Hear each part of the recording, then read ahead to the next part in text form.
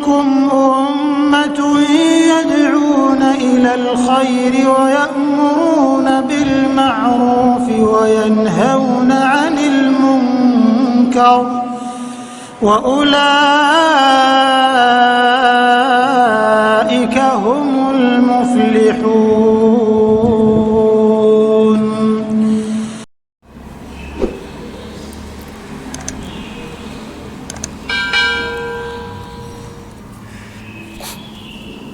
Alhamdulillah alladzi halafa baina qulubina fa asatihi ikhwana. Asyhadu an la ilaha illallah wahdahu la syarikalah wa asyhadu anna Muhammadan abduhu wa rasuluh. Allahumma salli wa sallim wa barik ala nabiyyinal karim wa ala alihi wa sahbihi ajma'in. Asbahna ala fitratil Islam wa kalimatil ikhlas wa ala dini nabiyina Muhammadin sallallahu alaihi wasallam wa ala millati abina Ibrahim hanifa wa ma kana minal musyrikin. Qala Allah Ta'ala fi muhkami tanzil, a'udzu billahi minasyaitonir rajim. Aja'altum siqayatal haji wa imaratal masjidil harami kaman amana billahi wal yaumil akhiri wa jahada fi sabilillahi la yastawuna indallah wallahu la yahdil qaumadh dhalimin. Sadaqallahul azim. Yang dimuliakan Allah, jamaah sidang salat Jumat, Bapak dan Ibu sekalian, para ustadz, ustadzah, sepuh bini sepuh yang dimuliakan Allah. Nah, ini kejadian yang pertama saya alami.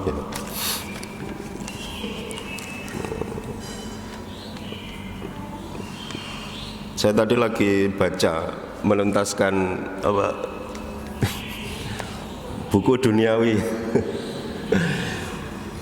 Bukunya Mas Ahmad Fuadi yang menjelaskan tentang seorang siswa asal Maninjau, Sumatera Barat, diminta ibunya untuk belajar di Gontor Ponorogo.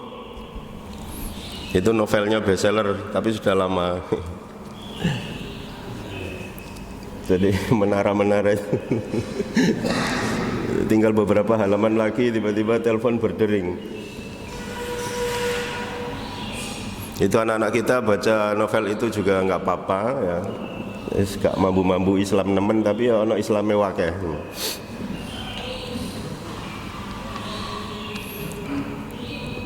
Ternyata Pak Ahmad Fuadi itu ya cucunya seorang ulama juga gitu. Jadi biasanya kalau mbah-mbahnya ulama itu nanti juga keturunannya juga nanti akan jadi tokoh juga gitu. Ceritanya seru, tapi ya tidak kita bicarakan di sini, Siku. Nanti silakan anak-anak baca, itu ceritanya bagus, bisa memotivasi untuk tolabul ilmi, menuntut ilmu, menempuh studi, walaupun seberat apapun ujian dan cobaannya itu harus ditempuh begitu. Bagus sekali. Jadi mirip-mirip dengan Mas Andrea Hirata yang orang Sumatera itu, sama, mirip dengan itu, kajiannya mirip. Tapi ini lebih mambu-mambu gontor banyak.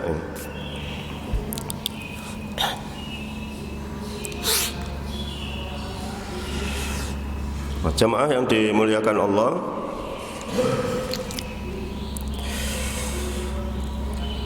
agama Islam ini kan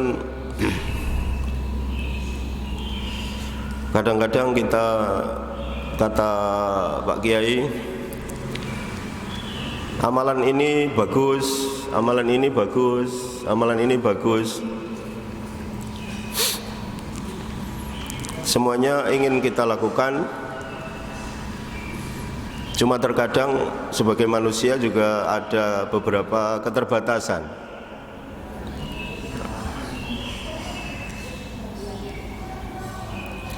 Itu sebagai individu. Sebagai masyarakat komunitas Islam juga begitu, memandang kadang-kadang program ini bagus, program itu bagus, rencana ini bagus, rencana itu bagus, proyek dakwah ini bagus, proyek dakwah itu bagus. Salah satu solusi ya, menghadapi pilihan-pilihan yang bagus-bagus itu adalah apa yang ditemukan oleh beberapa ulama cendekiawan sarjana Islam, perlu adanya yang namanya fikih maratib a'mal namanya ya. Perlu kita memiliki sebuah fikih, sebuah metodologi hukum namanya fikih maratibul a'mal atau maratibil a'mal. Fikih cara memilih dan memeringkat dan memprioritaskan amal-amal, begitu ya. Mana kira-kira amalan yang lebih prioritas? Nah itu dulu yang kita lakukan supaya kita nanti tidak bingung. Kalau bingung tapi tidak salah langkah, ya itu masih tidak apa-apa gitu. Tapi kalau milihnya salah, nah itu yang belai ya, belai. Contoh sederhana mawon, contoh sederhana ya, dalam kehidupan sehari-hari. Habis bekerja keras, kita misalnya merasakan haus, masuk ke sebuah kafe atau warung. Nah itu menghilangkan haus itu kan perlu minum, ya kan? Nah di daftar menu kafe itu bagus-bagus semua, mau disediakan apa minuman penghilang haus.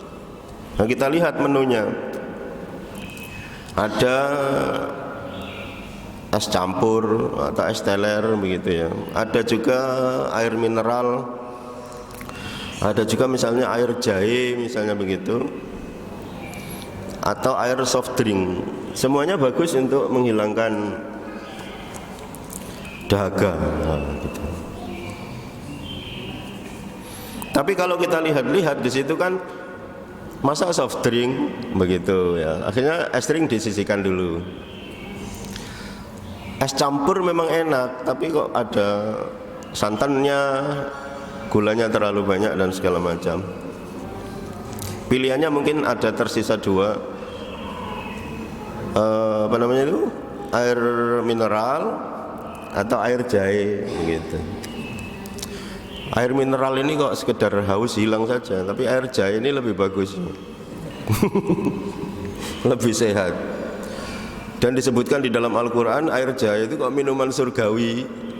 Akhirnya milih menu air jahe.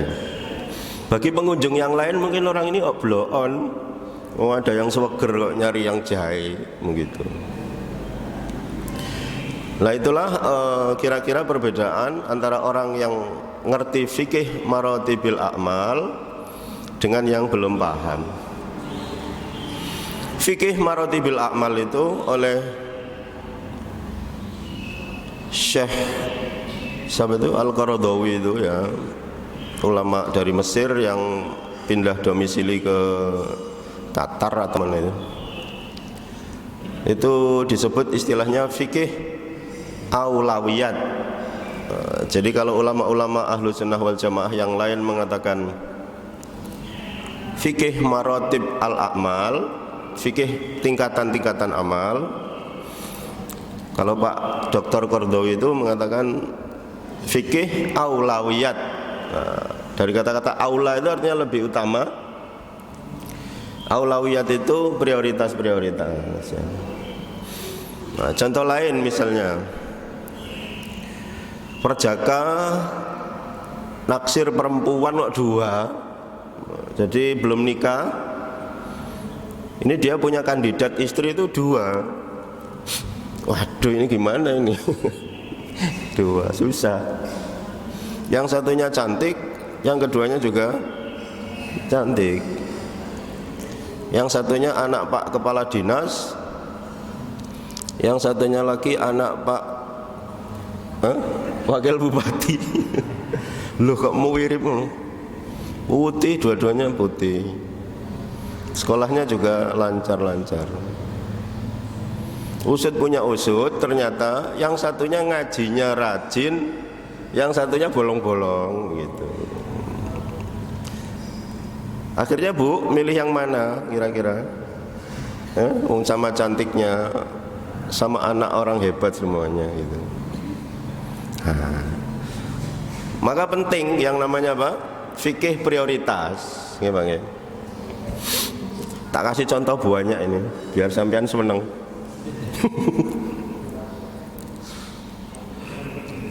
Ada di sebuah lingkungan Islam, apa ya, tak balik belah.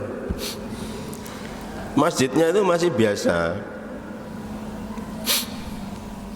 Sarana umumnya sudah bagus dan makin bagus. Jalan itu makin mulus, makin lebar, makin mulus, makin lebar. Terus kemudian saluran air juga bersih, lancar, tidak ada banjir. Tambah lagi fasilitas umum, fasum itu tambah lagi bangun. Masjidnya itu melambai-lambai saja itu dibiarkan. Pak, aku belum bagus Pak, begitu ya. Nah, ini kita berhadapan lagi dengan mana yang prioritas begitu. Kira-kira fasumnya ini terus diperbaiki sementara masjidnya apa adanya atau bagaimana? Jawabannya apa? Masjidnya perlu dilirik juga begitu.